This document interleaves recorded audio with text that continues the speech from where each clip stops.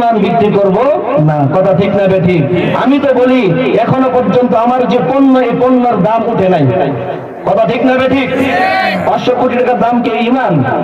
এই ইমানের দাম আল্লাহ রাসূল কি পরিমাণ দিচ্ছেন?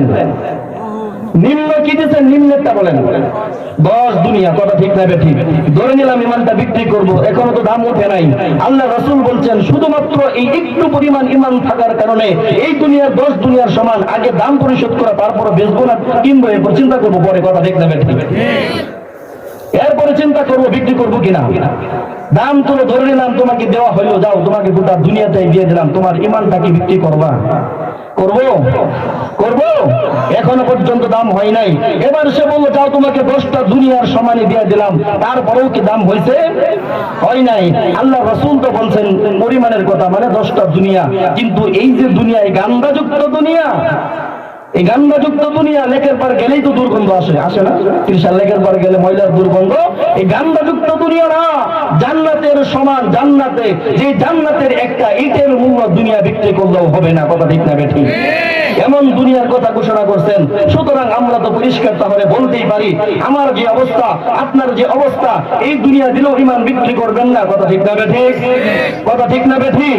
সুতরাং এহেন পরিস্থিতিতে তো আমরা বলতেই পারি, যদি কেউ আমাদেরকে বলে 1000 কোটি টাকা দিব, লক্ষ কোটি টাকা দিব, এই দুনিয়ার প্রেসিডেন্ট বানাই দিব, তোমার জীবন নিয়ে নিব, আমরা তো বস্তু, আমরা তো দায়িত্বহীন ভাষায় বলতে পারি, কল্লা দেহ থেকে কল্লাকে উচ্ছেদ করে দিব, ইমান নামক দৌলত তোমাদের কাছে বিক্রি করবো না। কথা ঠিক না বেঠিক? এত সস্তা না আমাদের ইমান, এত সস্তা নয় আমাদের ইমান। আমরা আমাদের হায়াতকে ভালোবাসি, আমরা আমাদের ইমানকে ভালোবাসি, আমরা আমাদের এই দেশকেও ভালোবাসি। কথা ঠিক না বেঠিক? দেশকে ভালোবাসা এটা ইমানের একটা অঙ্গ। কথা ঠিক না বেঠিক?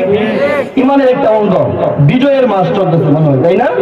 বিজয়ের মাস একটু শুধু বলে দিই তাহলে, বিজয়ের মাস তো বিজয়ী দিবস উদযাপন করবেন 16 ডিসেম্বর। আপনারা চান সংক্ষেপে শুধু একটু বলে দেই, দেশকে ভালোবাসেন না এমন কেউ আছে?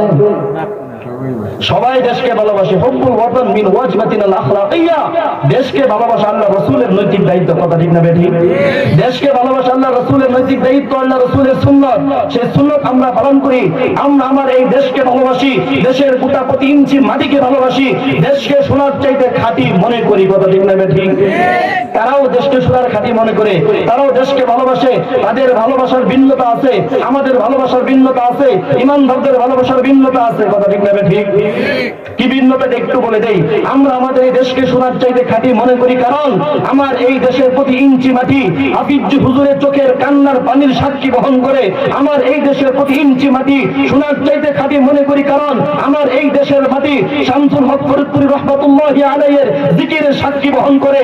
আমার এই দেশের প্রতি ইঞ্চি মাটিকে আমি সোনার চাইতে খাঁটি মনে করি, কারণ আমার এই দেশের মাটি সোনার চাইতে খাঁটি মরহুম চরমনাই বিশ্বাস হুজুরের জিকিরের সাক্ষী বহন করে।